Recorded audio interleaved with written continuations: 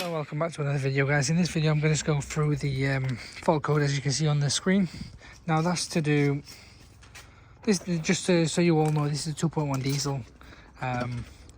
The signs we are getting is loss of power, it judders, sometimes you get full power, so it instantly loses power, should we say, at times. Basically playing up, in other words. Now I've checked the transducers, they all seem to be fine. They're all okay.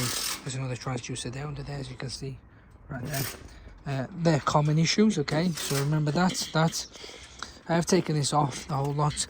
What seems to be the problem is the wastegate here, this here, that's causing it. Now don't be fooled, guys. Look, what you have to understand is this vehicle is suffering that.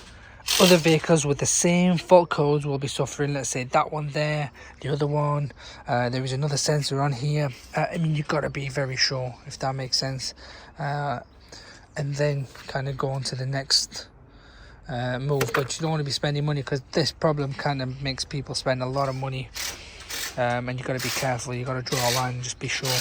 So yeah, like I said, this is one of the sensors.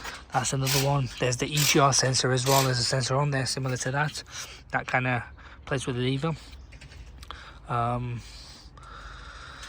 So that is where it is. So I have taken the air filter box out.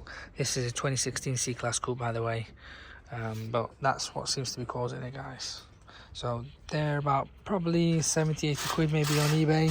Just get the same part number, and that's all there is really. But it's to change it, I'll be honest, I don't think it is difficult, but it's just getting your hands. So I'd probably remove this if you can, just to make life easy for yourself. And then, like, feeling them, there is a bolt there, as you can see, just behind the turbo, which is going to be a nightmare, I'm not going to lie, but I'll let you guys enjoy as well.